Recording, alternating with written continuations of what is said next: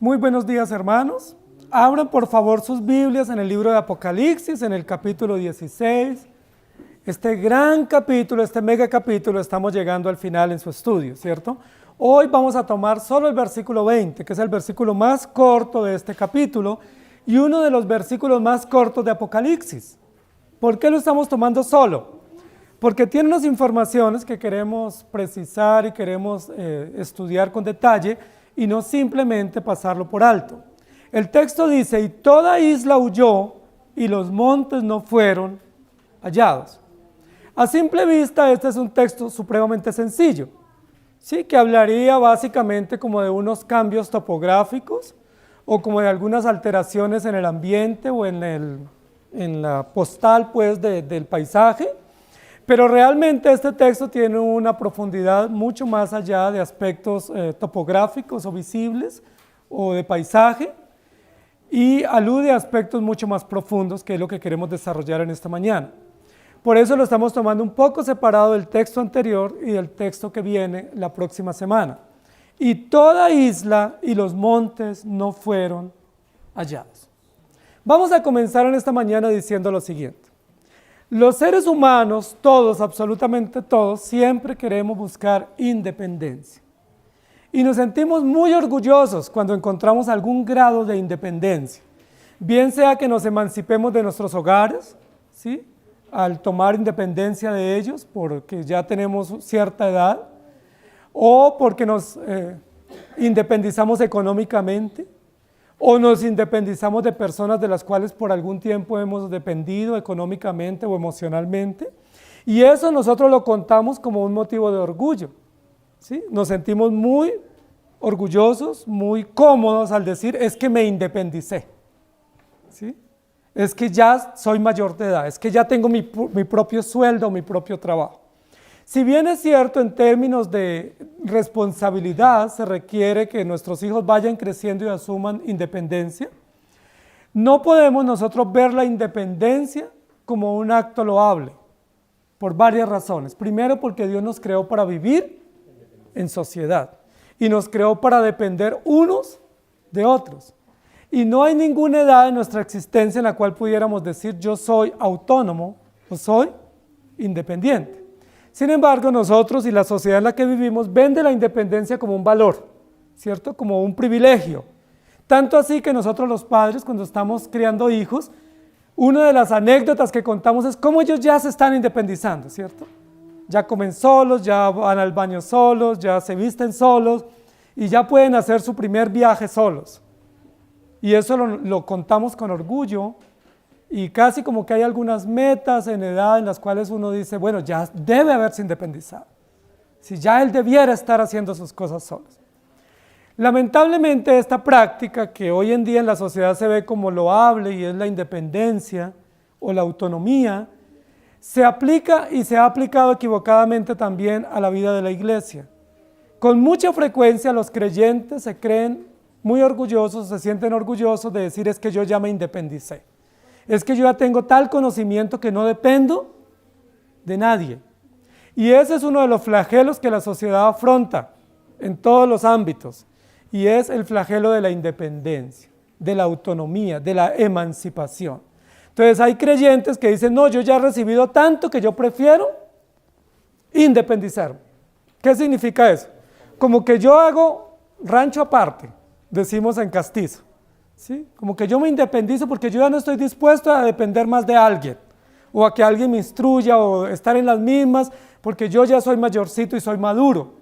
Eso ha traído como consecuencia en el momento histórico para la iglesia muchas divisiones y mucho surgimiento de iglesias nuevas y ministerios nuevos que los ponemos entre comillas porque alguien dice es que yo ya tengo conocimiento, yo ya puedo tener mi propia iglesia, ya puedo tener mi propia autonomía, ya puedo dirigir y no ser dirigido. Ese es un problema serio a nivel de la iglesia, porque los creyentes se creen independientes o se creen autónomos y se nos olvida que parte del diseño de Dios es depender y que un deber cristiano es rendir cuentas. Y entonces levantamos nuestra declaración de independencia. La declaración de independencia es una de las fechas que más celebramos en nuestros países y lo celebramos con orgullo. Nuestro país celebra la independencia. ¿Y qué hacemos en el Día de la Independencia? Demostramos que somos autónomos, ¿sí? Que tenemos autonomía en las leyes, autonomía en el gobierno, autonomía en la organización y que ya no vamos a depender de otros que nos han subyugado, que nos han gobernado, que nos han dirigido. Pero esa autonomía y esa independencia termina muchas veces siendo gravosa. Cada vez en el mundo surgen nuevas naciones. ¿Cuál es la razón por la que surgen nuevas naciones? Porque se quiere independizar, ¿sí? Cuando hay conflictos en las naciones, aquí en nuestro país hay conflicto en algunas regiones, esos conflictos comienzan a crecer y comenzamos a escuchar en las noticias o en las redes sociales que dicen es que este departamento o este estado posiblemente se puede independizar. ¿Qué busca un estado, un departamento para independizarse? Que sea poderoso o fuerte o robusto en su gobierno, en sus leyes, en su organización y que tenga salida al mar. Sí, es una condición por lo menos en países del litoral. Y eso les daría como una razón para independizarse. Hermanos queridos, la primera declaración de independencia se dio en el cielo. Ahí está la primera declaración de independencia, no es el 20 de julio ni el puente de Boyacá, ¿sí? Es en el cielo, la primera declaración. La segunda declaración de independencia se dio en el Edén. Y ya ustedes entienden un poco por dónde vamos, ¿cierto? Y toda isla huyó y los montes no fueron hallados. Cuando nosotros decimos yo soy autónomo y puedo valerme por mí mismo, dentro de nosotros, ¿qué tenemos? ¿Qué se está incubando? Rebeldía, orgullo, no querer someternos, no querer rendir cuentas, no estar subordinados a nadie. Y entonces nosotros lo justificamos diciendo es que ya tengo mi trabajo, ya tengo mi profesión, ya tengo 18 años, ya tengo esto, tengo aquello, ya me puedo independizar. Pero normalmente en el fondo lo que tenemos es mucho orgullo, mucha rebeldía y mucho interés de gobernar y de no estar sujetos a normas, a principios y a personas. Y eso es un problema muy grave en la sociedad. Eso viene desde la escritura en los comienzos de la historia, pero también se ha acrecentado hoy con el tema de los derechos, la autonomía, los estados independientes y muchas otras prácticas en la pedagogía y en las ciencias humanas donde nos dicen defiéndete, tú vales, no te dejes, haz lo que tú quieras. Y aunque en cierto aspecto eso es válido, en muchos aspectos lo que estamos permitiendo es que la rebeldía salga a la superficie y se muestre toda nuestra prepotencia. Romanos 5:12 dice, por tanto como el pecado entró en el mundo por un hombre y por el pecado la muerte, así la muerte pasó a todos los hombres por cuanto todos pecaron. Y en el Salmo 73, versículo 2, 13 y 14, que es un salmo muy importante, muy interesante porque narra una problemática que nosotros muchas veces también tenemos, dice el salmista, que es Asaf, en cuanto a mí casi se deslizaron mis pies, por poco resbalaron mis pasos, verdaderamente en vano he limpiado mi corazón y lavado mis manos en inocencia, pues he sido azotado todo el día y castigado todas las mañanas. Y en Efesios capítulo 2, versículo 2 dice, en los cuales anduvisteis en otro tiempo, siguiendo la corriente de este mundo, conforme al príncipe de la potestad del aire, el espíritu que opera en los hijos de desobediencia. El versículo dice, y toda isla huyó y los montes no fueron hallados. El título en esta mañana de nuestra enseñanza es súper independiente. Es una frase común, ¿cierto? Es que yo soy súper independiente. ¿Cómo debiéramos decir? Yo soy súper egoísta, ¿sí? O yo soy súper rebelde, o súper autónomo y orgulloso y altivo que no quiero depender de nadie. Pero nosotros usamos una etiqueta que es virtuosa o que es loable en la sociedad. Súper independiente. ¡Oh, qué bien! Te felicito. Te felicito. ¿Y cómo lo hiciste? Y casi como que creamos modelos o patrones de cómo independizarnos, a qué época, qué tener para independizarnos. Y eso es una de las cosas que ha socavado hoy en día la sociedad y los hogares. Gran parte de la forma como se están desmoronando los hogares es por la superindependencia de las mujeres en el trabajo laboral, en la economía, en sus salarios, los hijos también, y nadie quiere depender económicamente de nadie, nadie quiere someterse y estamos cada vez cosechando mayores consecuencias en la sociedad. Una sociedad abandonada, unos hijos abandonados, unas mujeres autónomas, unas mujeres esclavas en el mercado laboral, esclavas también de exigencias, de consumo, y cambiando lo que Dios nos ha ordenado y nos ha dado como principio. ¿Estamos de acuerdo? Súper independiente. ¿Ustedes son súper independientes? Vamos a ver al final de la prédica qué tan súper independientes somos, ¿cierto? El texto dice, toda isla huyó y los montes no fueron hallados. Permítanme comenzar por los montes y luego por las islas. Los montes no fueron hallados. Los montes hacen parte de la topografía en cualquier paisaje. Los montes fueron creados por Dios, ¿cierto? La Biblia dice, en el principio creó Dios los cielos y la tierra, y Dios le dio toda la belleza, el diseño, las hondanadas a todos los paisajes, para que tengan una belleza y una armonía preciosa que nosotros ni siquiera con pintura pudiéramos poner. ¿Sí? ¿Quién puso las montañas? ¿Quién le dio la altura? ¿Quién creó los picos, los montículos, los collados? ¿Quién lo hizo? Dios. ¿Para qué lo hizo? Pues para Él gloriarse y ver toda la grandeza y el diseño y la profundidad en ese diseño tan especial, tan maravilloso. Las cadenas montañosas, las alturas, todo es creado por Dios. Nada es efecto de cuestiones evolutivas, como algunos nos dicen, ¿cierto? Los evolucionistas dicen que todo eso se fue creando con el tiempo, que se fue creando con las necesidades, que a mayores temperaturas entonces las montañas se elevan para protegerse, que a mayores a estar más cerca al nivel del mar, entonces se crean unos paisajes distintos.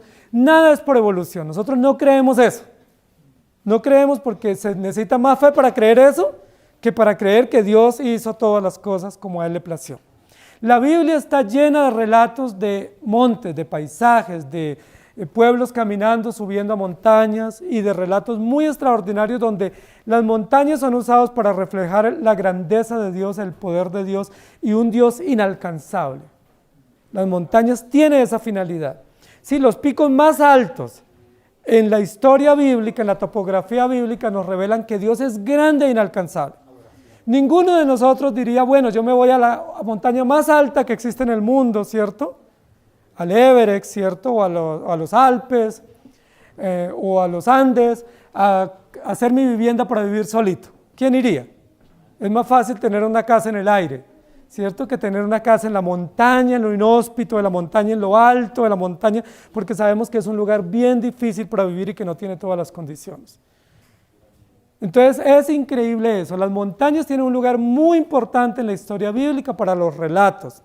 Hay muchos montes en la Biblia, ¿sí? Está el monte Sinaí, el monte Sión, el Carmelo, el monte Gerizim, el monte Oreb. Hay muchos montes que ustedes estarán recordando en la Biblia, ¿cierto? Y cada monte en la Biblia tiene una finalidad: mostrarnos aspectos del carácter de Dios, mostrarnos aspectos de la redención, mostrarnos episodios en los cuales se va desarrollando la historia de la redención. Y yo voy a recordar algunos montes que tienen gran importancia para nosotros. Por ejemplo, el monte Sinaí. El monte Sinaí tiene una importancia muy grande en la historia de la redención, por varias razones. Primero, porque era una altura muy importante en esa topografía o en ese ecosistema, pero por otra razón muy importante, porque fue en el monte Sinaí el lugar donde Dios escogió para revelar la ley pública. La ley ya estaba grabada en la conciencia de todo hombre, desde el primer hombre, ¿cierto? Pero el monte Sinaí Dios lo escogió. ¿Por qué ese y no otro? Porque Dios es soberano, porque Él elige lo que Él quiere y lo usa para su propósito. Eligió el monte Sinaí cuando el pueblo iba en el desierto, en ese trayecto entre Egipto y Canaán. Eligió el monte Sinaí. ¿Para qué? Para revelar su ley. A Moisés le dijo, sube al monte y permanece allá, te voy a dar la ley. Y Dios, dice la Biblia, habló con Moisés y le dio la ley, la santa ley que nosotros tenemos. La palabra de Dios fue dada por escrito, fue hecha pública en el monte Sinaí. ¿Es importante Sinaí? Totalmente. Claro que sí. ¿Qué significa para nosotros Sinaí? El monte de Dios, el monte de la ley. Permítame decirlo de esa manera. ¿cierto? El monte de los decretos de Dios, el monte de las normas. Entonces, estamos haciendo una analogía posiblemente riesgosa, pero tenemos algún sustento bíblico y es, Sinaí pudiera ser visto por nosotros como el monte de la ley, el monte de la norma. Es decir, hay que subir a la montaña para conocer, para entender, para ver la grandeza, la altura de la norma de Dios. Es decir, las normas de Dios siempre sobresalen, están por lo alto, ¿cierto? Y es allí donde Dios las revela. ¿Por qué Dios no usa un valle para dar a conocer la ley? Había muchos valles en el lugar, de hecho estaban en un gran desierto, una superficie amplia, plana, donde el pueblo se hubiera podido reunir y escuchar la ley de Dios. ¿Por qué Dios elige una montaña? Interesante, ¿cierto? Tiene que ver con un propósito, con grandeza, con soberanía, con excelencia, con preeminencia, ¿sí? Así es Dios, Dios lo hace como Él quiere y eso que Él hace es perfecto y soberano. Entonces el monte Sinaí es muy importante porque nos muestra la grandeza de la ley, la grandeza de Dios para revelarse. Pero tenemos otro monte muy importante, el monte Carmelo. En el monte Carmelo es donde Elías cita o reúne a 400, algunos hablan de 450 profetas falsos de Baal. Y recuerdan que sucedió allá, ¿cierto? Cayó fuego del cielo, ¿sí? Y destruyó no solamente el altar, sino que ahí fue una matazón. Pudiéramos decir que ese era un monte de la matanza. Aquí en Apocalipsis habla del monte de la matanza, ¿cierto? Armagedón, monte de la matanza. En ese monte de la matanza Dios derrama un juicio severo contra los falsos profetas de Baal, diciéndoles que todo lo que ellos dicen y creen y pregonan no tiene ningún valor, que quien tiene el control y quien impone la norma y quien establece el estatus o el umbral de cómo debemos vivir es Dios. Él es soberano y usó un monte, el monte Carmelo. En el Nuevo Testamento vamos a tener el monte de los olivos o el monte de Getsemaní. ¿Qué sucedió en Getsemaní o en los olivos? Pues Jesucristo fue a la cruz. Las profecías decían que era necesario que Él fuera puesto en alto, que fuera exhibido. ¿Por qué no mataron a Jesús en la plaza pública en Jerusalén? ¿Lo hubieran podido matar? ¿Sí? En toda esa procesión que había, con gente enardecida, lo hubieran podido linchar ahí en la plaza pública, pero las profecías decían que era necesario que Él fuera puesto en alto y que Él en esa montaña de la matanza o en ese monte de la matanza fuera muerto, y efectivamente se cumplió en el monte de los olivos. Los olivos es el monte donde se machaca o se exprime o se saca el jugo de la uva. ¿Recuerda? Jesucristo derramó su sangre en el monte de los olivos. Pero hay otro monte muy importante, el monte Sión. ¿Qué va a suceder en el monte Sión? Apocalipsis. Dice la Biblia que ahí aparecerá el Hijo del Hombre, ¿cierto?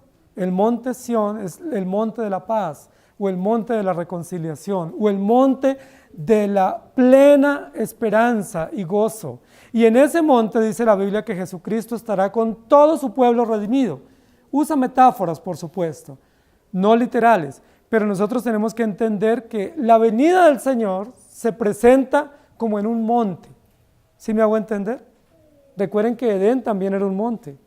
De ahí salían 4 ríos. Los ríos nunca salen de abajo, siempre salen o nacen de arriba. El monte del Edén, o en la granja del Edén, o la montaña del Edén. ¿Por qué estamos hablando de montes? Porque es importante entender que los montes primero fueron creados por Dios. No son simplemente accidentes geográficos, ¿sí? De un paisaje. Y porque muchos han tergiversado textos como el que tenemos hoy, cuando dicen que los montes no son hallados, entonces dicen que es que hay que orar para que los montes se vayan y se corran, y no deja de haber gente un poco esquizofrénica, pensando que uno puede orar para que una montaña se corra, como si Dios se hubiera equivocado en darle lugar a los montes. Los montes tienen un lugar en la historia, no solo en la topografía, en los ecosistemas, sino también en la historia redentiva, y los ríos también, y los valles y las islas también. Entonces los montes Dios los creó para mostrar su poder y su grandeza, ¿sí? Los montes están asociados con la grandeza, ¿sí? Recuerden que cuando Dios le dice a Abraham, ve y sacrifícame tu hijo, ¿a dónde le dijo que fuera? Al monte Moriah, sí, el monte de la confrontación, el monte donde él va a ser probado. Los montes, Peniel es un monte también, ¿sí? Getsemaní es un monte. Montañas de prueba, montañas de confrontación, lugares difíciles donde tenemos que escalar y tenemos que esforzarnos para ver y comprender y entender el plan de Dios para nuestra vida. ¿Me hago entender? Muy bien. Entonces los montes son importantes. Aquí dice los montes no fueron hallados. Pero además de los montes hacer parte del paisaje y mostrarnos la grandeza de Dios para revelarse, para darnos su ley, para darnos sus normas, para darnos un estatus, un umbral alto, para establecer principios y normas y decretos incambiables, invariables e inalcanzables, los montes en la Biblia también tienen otra connotación. Y es importante que hagamos el paralelo. Aquí está hablando de montes que no van a ser hallados, es decir, que van a desaparecer. Es decir, montes o montañas o montículos o collados que van a desaparecer. Y uno dice, ¿qué significa eso? ¿Terremotos? ¿Inundaciones? ¿Cambios en el orden accidental de la tierra o geográfico? ¿Por qué aquí dice que los montes no fueron hallados? Entonces, si ustedes investigan, hoy tenemos unas herramientas muy profundas para investigar en internet, que es simplemente a un clic, y ahí entonces dicen que hay montañas que ya desaparecieron, que hay nevados que se derritieron, que hay volcanes que tuvieron erupciones y se deslizaron, y que ahí se refiere a esas montañas que no fueron halladas. Yo creo que no es así. ¿Sí? Nosotros siempre tenemos duda de cosas que la gente dice. Entonces nosotros queremos rehusarnos a entender eso, que no son simplemente accidentes geográficos o inundaciones o deslizamientos o volcanes o terremotos que hacen que hayan deslizamientos. Una cosa es un deslizamiento de la capa superficial de la tierra y otra cosa es lo que dice acá, los montes no fueron hallados. ¿A qué se refiere que los montes no son hallados? Es decir, que uno va y no los encuentra, que desaparecieron, que estaba ahí la gran montaña o el gran pico y no aparece. ¿A qué se refiere? Vamos a ir, antes de decir esto, que el lugar que Dios estableció para que subamos a adorarle son los montes. Sin embargo, los hombres desde la antigüedad usaron los montes para subir a establecer lugares altos de idolatría. La mayor denuncia de los reyes y los sacerdotes y los jueces en la historia del pueblo de Dios fue que los lugares altos habían sido convertidos en lugares de adoración, en lugares de idolatría. Y eso viene desde la antigüedad y hoy en día en nuestros países sucede exactamente igual. Y justo en estos días, en esta semana, esos lugares altos han sido visitados. Es decir, las montañas altas en cualquier pueblo, en cualquier ciudad, en cualquier país, son usados como lugares de idolatría o de romería o de procesión. ¿Para ir a qué? A rendir culto a la Reina del Cielo, a rendir culto a ídolos falsos y a rendir culto idolátrico. Dios condena eso. Entonces los montes que Dios eligió para adorarle, el pueblo los eligió para profanarle, ¿sí? O para blasfemar. Ahí vamos entendiendo un poco, ¿cierto? Pero los montes en la Biblia también representan imperios. Los montes en la Biblia representan gobiernos. Los montes en la Biblia también representan hombres poderosos. No es que ellos sean de apellido Montes, sino que ellos cuando se convierten en poderosos, ¿cómo se creen? Se creen tan grandes, tan altos, como una gran montaña o un gran pico. ¿Sí?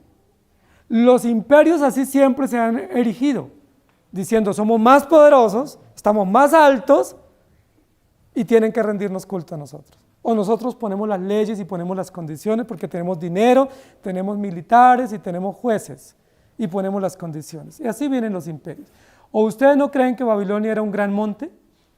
Claro que sí. Era un monte de confusión, un monte de perversión y un monte imperial que profanó las verdades de Dios. ¿O ustedes no creen que Egipto era un gran monte? Dice la Biblia que todas las naciones subían a Egipto. Realmente bajaban, ¿no? Y cuando Dios le dice a Jonás, sube a Nínive, realmente tenía que bajar. Pero subió. Es decir, los imperios o los poderosos o los gobernantes se consideran a sí mismos y asimismo les hace creer la ciudadanía que ellos son unos grandes, ¿sí? Unos montes, unos monstruos, decimos nosotros. Y no estamos lejos de Apocalipsis, que está lleno de monstruos, ¿cierto? Aunque son reptiles, pero son monstruos. La Biblia nos va a decir acá, los montes no fueron hallados. ¿De qué está hablando? ¿Será que Sinaí va a desaparecer? ¿O Horeb, o Carmelo, o Sión, o los olivos? No, lo que está diciendo es, desde Génesis capítulo 2 y 3, el hombre se rebeló contra Dios. ¿Y cómo fue la declaración de independencia que hizo el hombre y la mujer de Dios? Diciendo, nosotros seremos iguales a Dios. Génesis 3, ¿cierto? Con que Dios os ha dicho. ¿Y qué les dice la serpiente? ¿Sabe Dios que el día que coman del fruto prohibido, seréis tan altos, ¿me hago entender? Tan grandes como Dios, si no más alto, por lo menos igual a Él. Es decir, estarán a la misma altura, y para uno estar alto, ¿qué necesita? Topográficamente hablando, estar en una montaña, estar en un pico. De hecho, nosotros acá en esta gran ciudad y fría ciudad nos sentimos orgullosos, porque decimos estamos 2.600 metros más cerca de las estrellas. Eso muestra nuestro orgullo, eso es prepotencia. ¿Cómo vemos a los que están por debajo de los 2.600 metros? Nosotros estamos más altos, ¿sí? Topográficamente hablando. Es decir, nosotros estamos más cerca de las estrellas. Pudiéramos decir, estamos más cerca del juicio de Dios. Porque entre más alto nos creamos, más rápido nos cae el juicio. ¿Sí me hago entender? Estamos usando un poco de metáforas acá. Y los montes no fueron hallados. ¿Cuáles son los montes que no van a ser hallados? Recuerden que todo el capítulo 15 y 16 es juicio. ¿Juicio contra quiénes? Contra los imperios, contra los reyes, los gobernantes, los militares que han vivido sin Dios. Juicio contra el falso profeta, el dragón y la bestia. Juicio sin medida para todo el mundo. ¿A quién le va a caer el juicio también? A los altivos.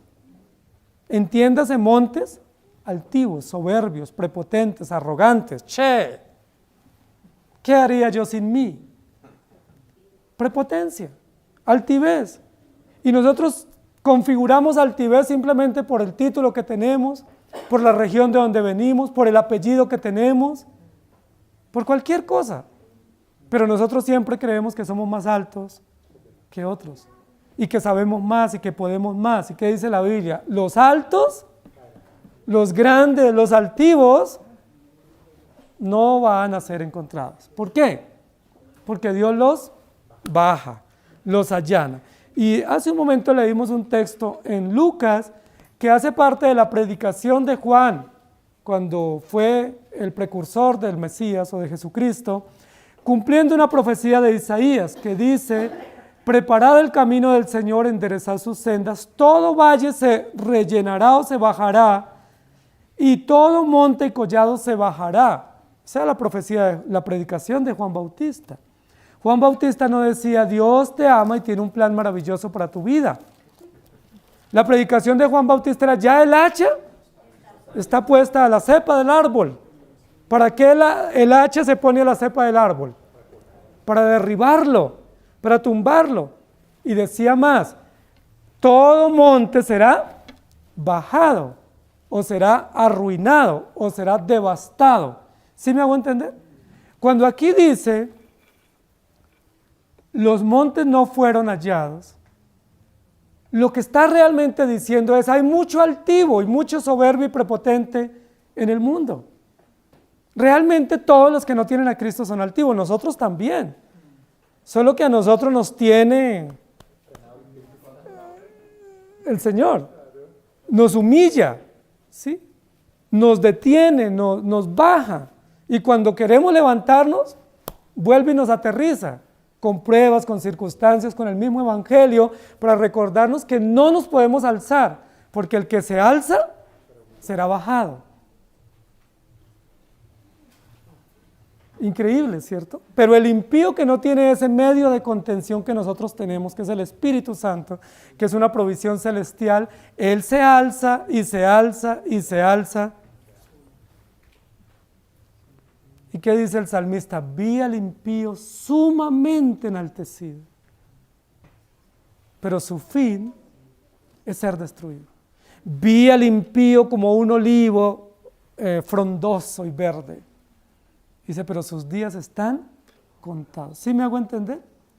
Juan en la predicación, y recuerden que ahora lo estamos viendo en Apocalipsis, pero en la predicación previa a la venida de Jesús, dice generación de víboras.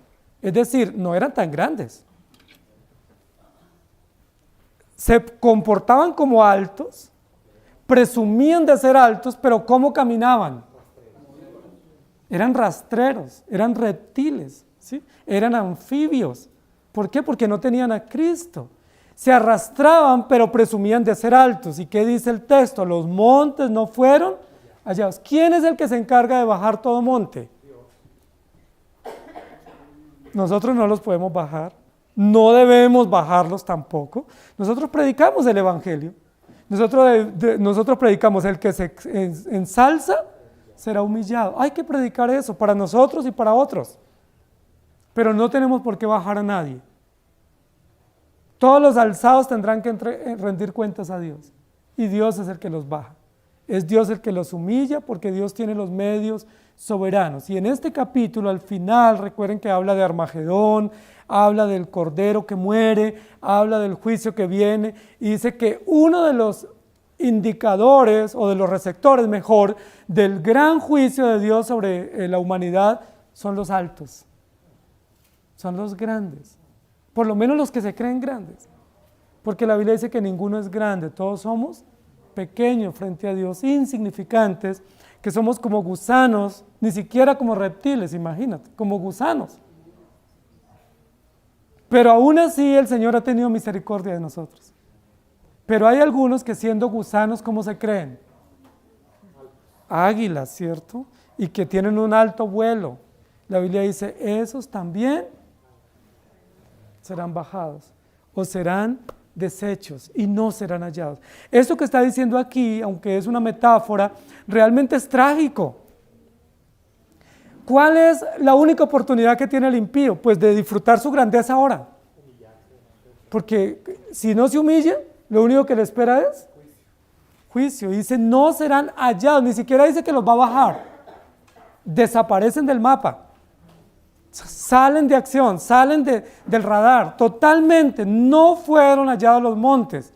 Pero no está hablando de cambios topográficos, sino de todos los altivos, los arrogantes, los que han liderado la idolatría, la blasfemia, la perversión, los que imponiendo leyes e imponiendo prácticas han blasfemado contra Dios y han llevado tras sí adoración. Dice, ellos también serán bajados. Súper independientes. ¿Cómo terminan? Súper deshechos. ¿Sí? Totalmente deshechos ante Dios porque ellos se creyeron que podían vivir sin ley. Recuerden que dijimos que el monte es igual a ley. Y cuando alguien se cree alto, ¿qué es lo que está diciendo? Yo soy mi propia ley, o yo tengo mi propia ley, o yo puedo vivir con otra ley y nada me pasa. Y soy grande, y soy frondoso, y tengo seguidores. Pues la Biblia dice que también caerán. Isaías 64:1 dice, oh, si rompiesen los cielos y descendieras a tu presencia, se escurriesen los montes. Mire qué expresión más linda, ¿no? Pero terribles. A la presencia de Dios, ¿qué sucede con los montes? Se escurren, se derriten. ¿Qué va a pasar con los poderosos de esta tierra? ¿Ustedes no creen que Nabucodonosor fue uno de esos montes altos? Herodes, Caifás, Anás, los emperadores, Domiciano, Trajano, Nerón. ¿Ustedes no creen que ellos se creían así supremamente intocables? ¿Qué sucedió con todos ellos? Ante la presencia de Dios, se derrite. Por eso la Biblia dice, aprended de mí que soy manso. Y la doctrina que nosotros tenemos, que es una doctrina bastante hermosa y bastante pura, no puede ser motivo para enorgullecernos. No puede ser motivo para creer que somos mejores. Porque esa doctrina tan preciosa que tenemos debe ser motivo para mayor humildad, sencillez y mayor gratitud. Y aquel que se comience a levantar, pida misericordia al Señor. dígale a los hermanos y al Señor, ten misericordia y ayúdeme porque me estoy levantando, estoy cogiendo vuelo. Porque si cogemos vuelo y no hay quien nos detenga, lo más probable es que nos va a esperar el juicio de Dios final y ante ese juicio ni siquiera nos va a bajar, nos va a desaparecer o a fulminar. El texto continúa diciendo, y toda isla huyó. Pero tengo acá otro texto de Nahum 1:5 al 6, dice, los montes tiemblan delante de él y los collados se derriten. La tierra se conmueve a su presencia y el mundo y todos los que en él habitan. ¿Quién permanecerá delante de su ira? ¿Y quién quedará en pie en el ardor de su enojo? Su ira se derrama como fuego y por él se hienden las peñas. Qué interesante que conecta montes y montículos y collados con ira. ¿Qué tiene que ver un monte, los Alpes o los Andes, con la ira de Dios? ¿Quiénes son los objetos de la ira de Dios? Los que fuimos creados a imagen y semejanza y nos hemos revelado. Los montes no se han revelado.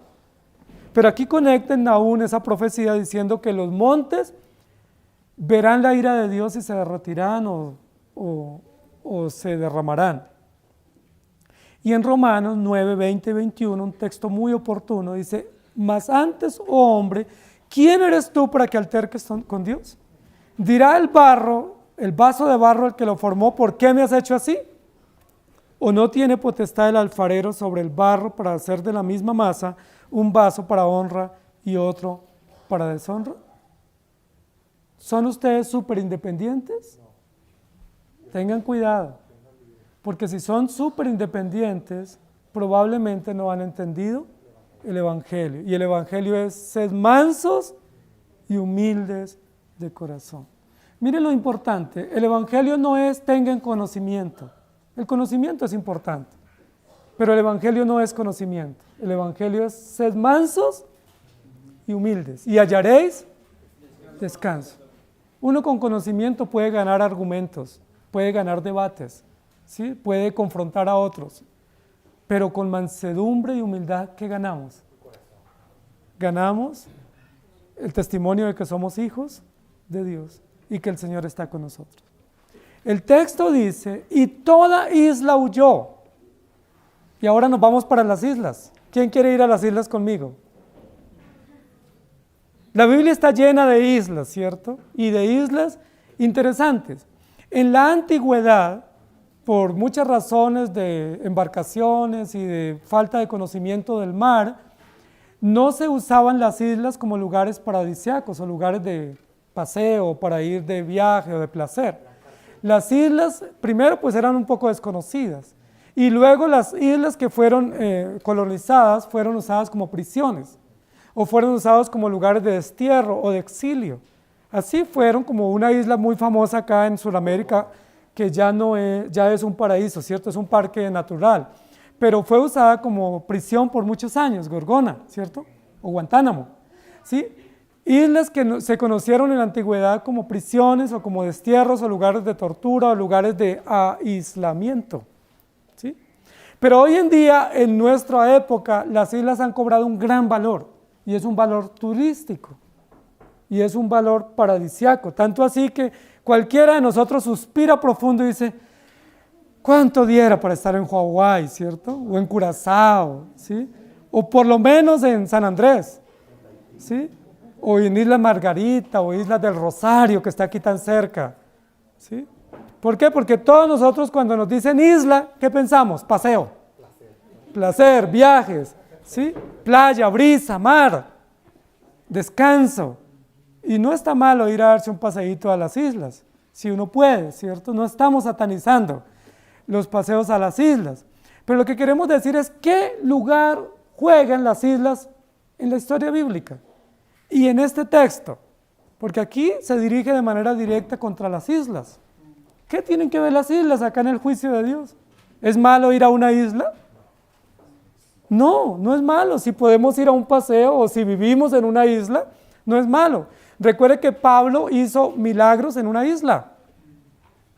Pablo predicó el evangelio en una isla a unos prisioneros que se salvaron de un naufragio. Pablo estuvo muchas veces en isla, fundó iglesias. Derbe, Listra, Malta, Chipre, Creta, islas en la historia del Nuevo Testamento en Asia Menor, y fueron usadas para propósitos del Evangelio. Los viajes misioneros de Pablo siempre incluyeron islas, es decir, la parte insular o la parte de los archipiélagos del Mediterráneo fueron usados también para predicar. Y recuerden que hay muchas profecías en el Antiguo Testamento donde dice que toda isla escuche el Evangelio.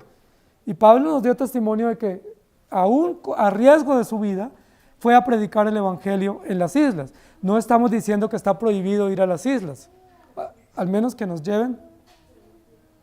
Estamos diciendo es que las islas tienen un lugar en la historia bíblica y ese lugar es importante, ¿sí? Y es lo que nosotros queremos ver.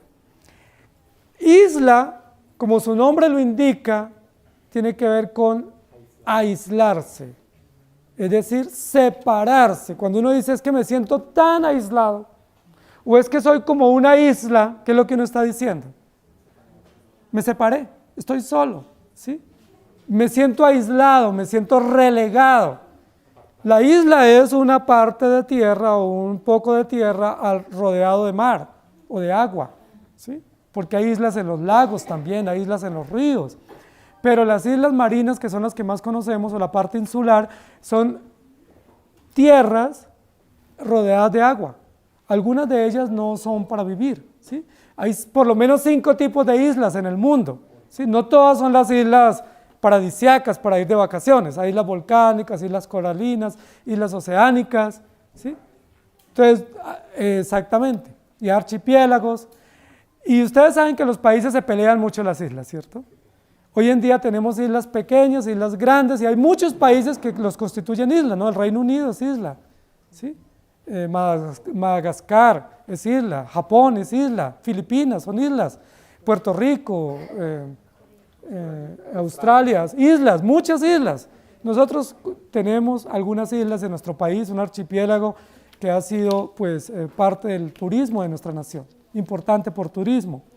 Pero no queremos hablar de eso, queremos decir qué lugar juega. Toda isla huyó. ¿Qué tiene que ver eso? ¿Que salió corriendo a la isla?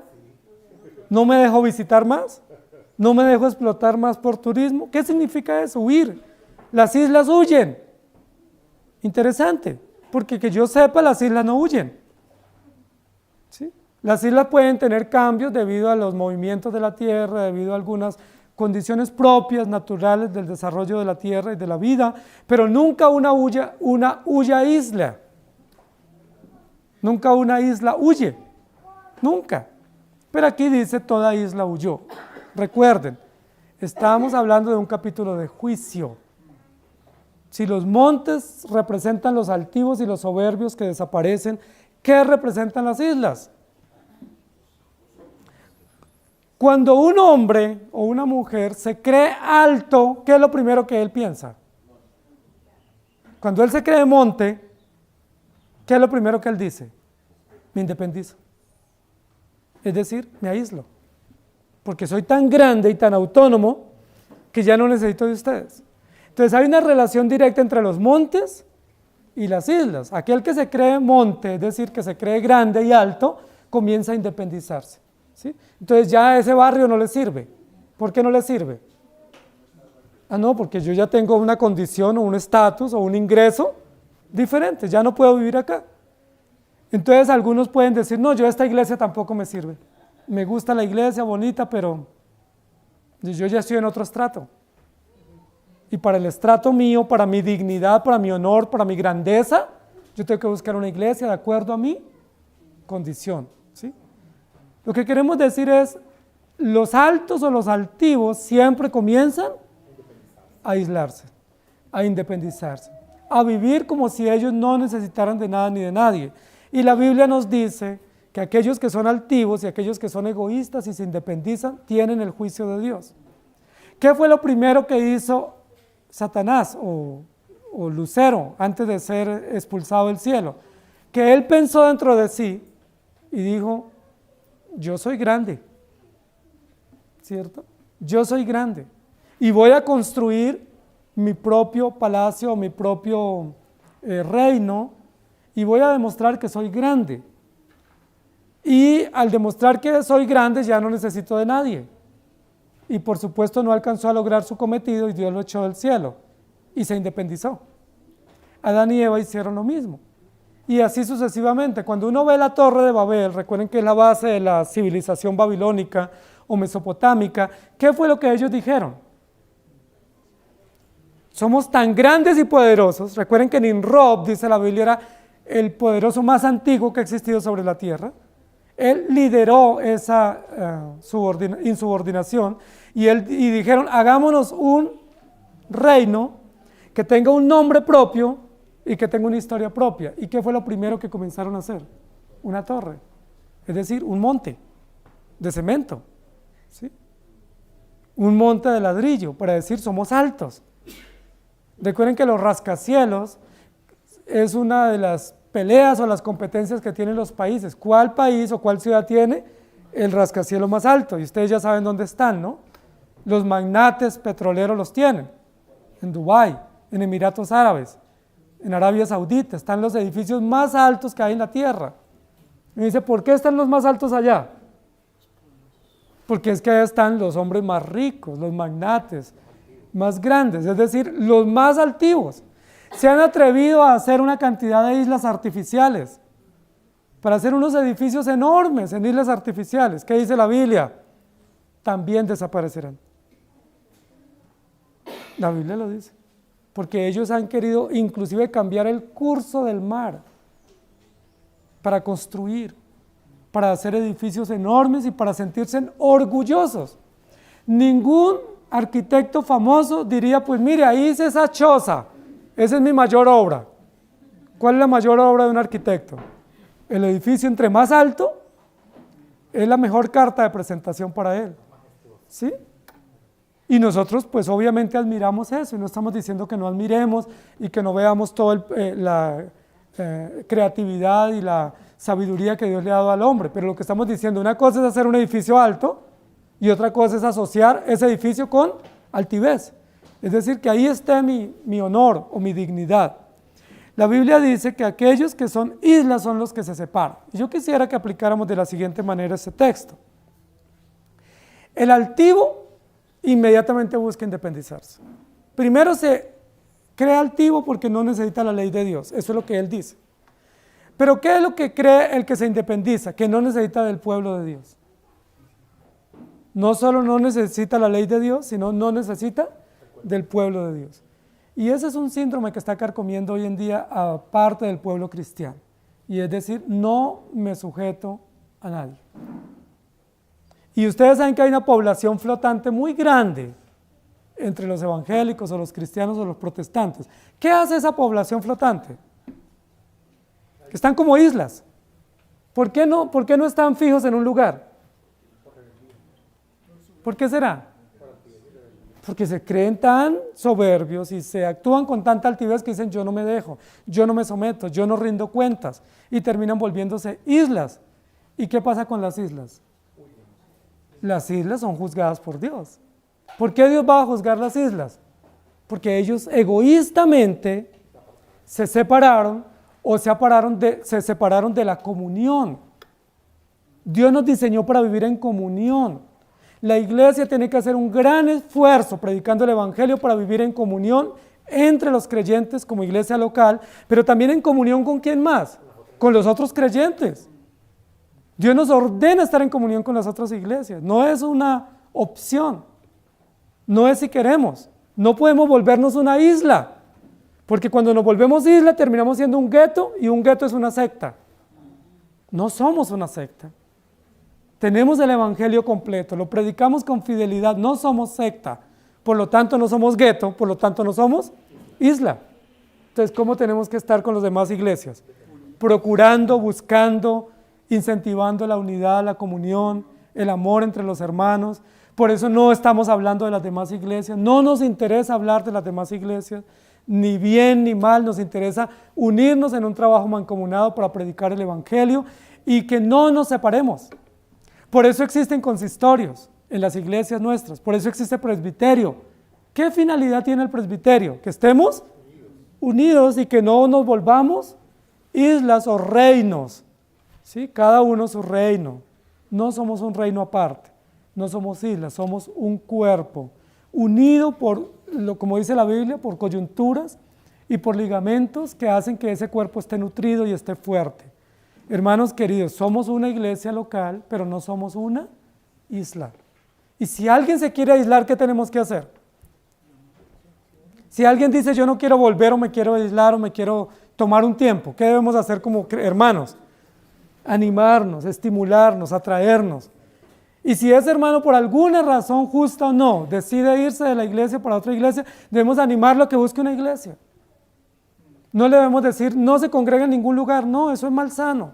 No, si tú no puedes o no quieres estar entre nosotros, está bien, entendamos o no las razones, pero por favor busque una iglesia sana, busque una iglesia donde prediquen el evangelio, busque una iglesia donde usted esté edificado, pero no se vuelva una isla. No se aísle, porque eso es un mal indicador. Cuando un creyente se aísla, cuando una iglesia se aísla, cuando una denominación se aísla, eso es un mal indicador. Nosotros como iglesia, como creyente no nos podemos aislar, pero como iglesia tampoco, y como denominación u organización que somos, tampoco nos podemos aislar, porque la Biblia dice que procuremos la paz y la comunión unos con otros. ¿Qué le va a suceder a las islas? Aquellos que van a vivir independientes, egoístas. Miren que lo que la sociedad promueve como valores frente al evangelio es un antivalor, es una denuncia.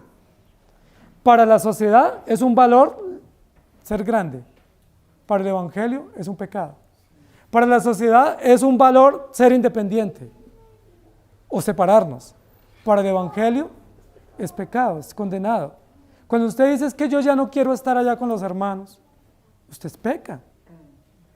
¿Qué pecado? Pues rebeldía, soberbia, insubordinación. ¿Qué quiere esconder? ¿Por qué no está con los hermanos? ¿Por qué no se siente contento y cómodo con la iglesia? Ahí estamos obrando mal. Ahora, en algunas circunstancias de pruebas o de adversidad, nosotros tomamos alguna distancia, a veces no muy adecuada, pero por lo menos es temporal.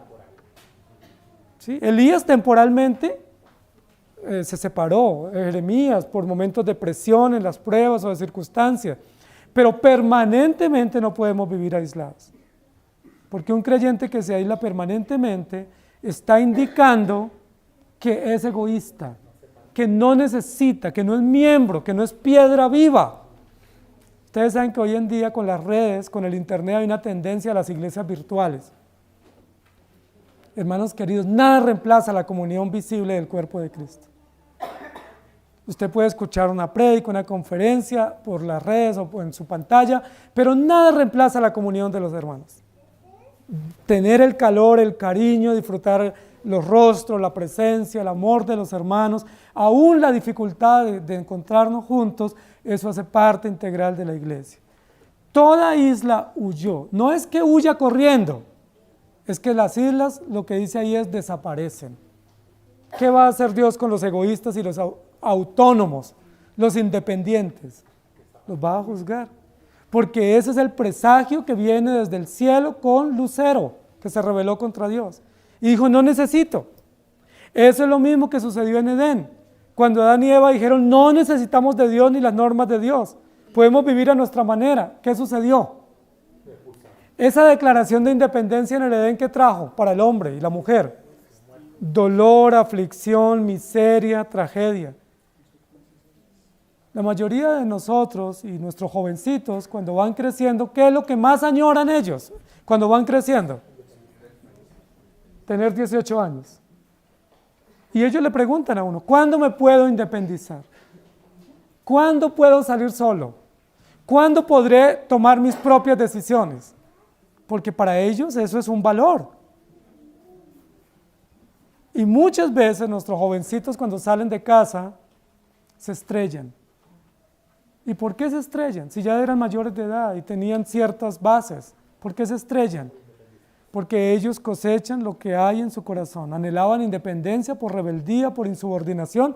¿Qué van a cosechar? Tragedia, miseria, aflicción, vergüenza, temor. Y muchas veces esos hijos rebeldes, ¿qué tienen que hacer después de algunos años? volver a la casa. ¿Y cómo vuelven? Vuelven mal, diciendo, obré mal, las decisiones que tomé, si hubiera hecho caso, ¿cierto? Y a veces no falta el papá o la mamá que le dice, se lo dije, se lo advertí, yo te quería evitar ese dolor. ¿Qué quisieron hacer nuestros hijos? Independizarse. Ahora hay una gran tendencia en las universidades para que nuestros hijos se independicen de la iglesia. Las universidades son hoy en día el caldo de cultivo del pensamiento contra Dios, contra la moral y contra la sociedad y las instituciones. ¿Qué tenemos que hacer para que nuestros hijos no se aíslen cuando vayan a la universidad? Rogar a Dios que tenga misericordia, pero también como padres y como iglesia, protegerlos hasta donde más podamos, retenerlos hasta donde más podamos, detenerlos, ser estorbo para ellos, no para ir a la universidad, que vayan a la universidad y estudien, pero que en medio de su universidad ellos sean sal y luz y que no sean parte de la perversión, que no se aíslen nuestros hijos de Dios ni de la iglesia. La Biblia dice en Isaías 41:5, las costas vieron y tuvieron temor, los confines de la tierra se espantaron, se congregaron y vinieron. Y luego en Zacarías 2:11 dice, y se unirán muchas naciones a Jehová en aquel día y me serán por pueblo, y moraré en medio de ti, entonces conocerás que Jehová de los ejércitos me ha enviado a ti. Isaías 42:4 dice, no se cansará ni desmayará hasta que establezca en la tierra justicia y las costas esperarán su ley. Isaías 59:18 dice, como para vindicación, como para retribuir con ira a sus enemigos y dar el pago a sus adversarios, el pago dará a los de la costa. Queridos hermanos, los montes representan los altivos que quieren vivir sin la ley de Dios. Las islas representan a los egoístas, independientes, autónomos, que quieren vivir separados. ¿De quién? Del pueblo de Dios y del cuerpo de Dios. ¿Sí? Y la Biblia dice que viene como consecuencia para estos dos grupos de personas o para estas dos realidades. ¿Qué viene? Versículo anterior, un gran terremoto. ¿Y qué va a hacer ese terremoto? Los saca del mapa, ¿cierto? Los desaparece. Es muy interesante cómo Dios nos advierte. Dios nos advierte para que no seamos altivos y nos advierte para que no seamos egoístas, para que no seamos autónomos. Uno de los pecados dominantes de nuestro corazón es la altivez. Eso es de lo que más sufrimos todos, rebeldía. ¿Pero qué más sufrimos? Egoísmo. No queremos compartir lo que tenemos. La Biblia dice, compartamos con el que tiene necesidad. Ayudemos al débil, oremos por el necesitado. Asociémonos con el humilde, dice la Biblia. Asociémonos con el que sufre. Asociémonos con el que padece. ¿Dice la Biblia eso o no? Llamando la atención fuertemente para que con la ayuda del Señor venzamos el egoísmo y venzamos la altivez. Una de las buenas formas como Dios trata con esos dos pecados en nuestra vida es la iglesia. Porque en la iglesia uno tiene que lidiar con hermanos que son de otras realidades, de otras condiciones, de otras formaciones, y eso es un trato fuerte para humillarnos, ¿sí?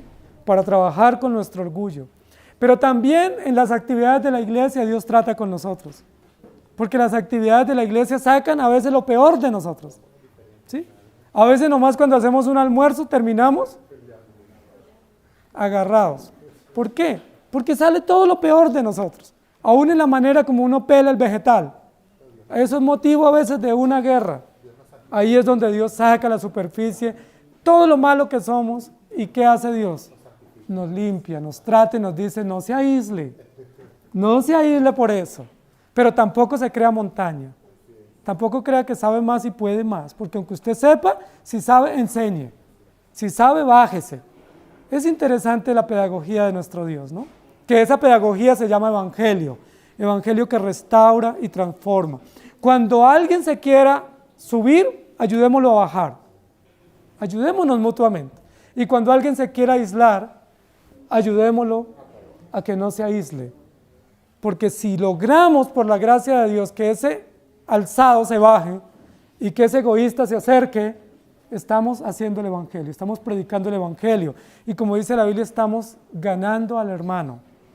y aquel que gana a un hermano cubre multitud de pecados, porque el amor siempre debe prevalecer. ¿Estamos de acuerdo? Hermanos queridos, la consecuencia para los que al final del día terminen como montañas y al final del día terminen como islas es un gran terremoto.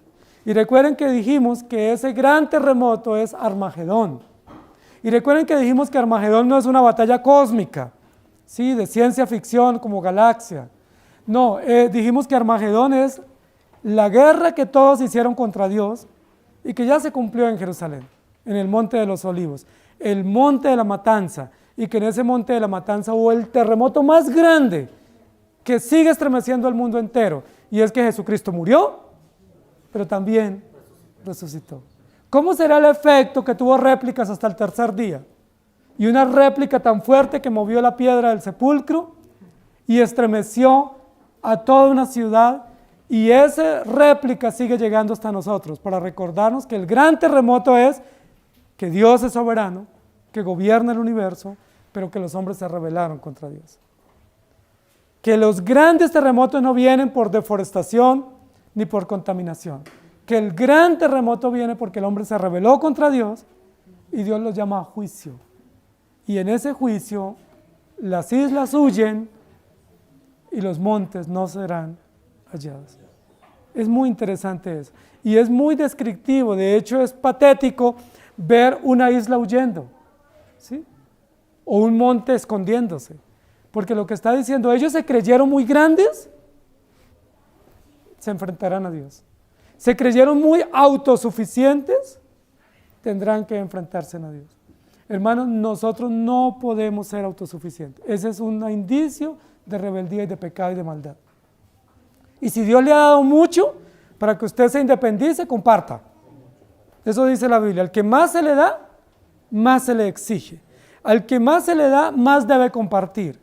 Pero a veces el que más comparte es el que menos tiene, como la viuda. Y eso nos muestra que todos hemos sido llamados a compartir y que aquellos que se crean autosuficientes tendrán que enfrentarse a Dios. La pregunta es, ¿súper independiente?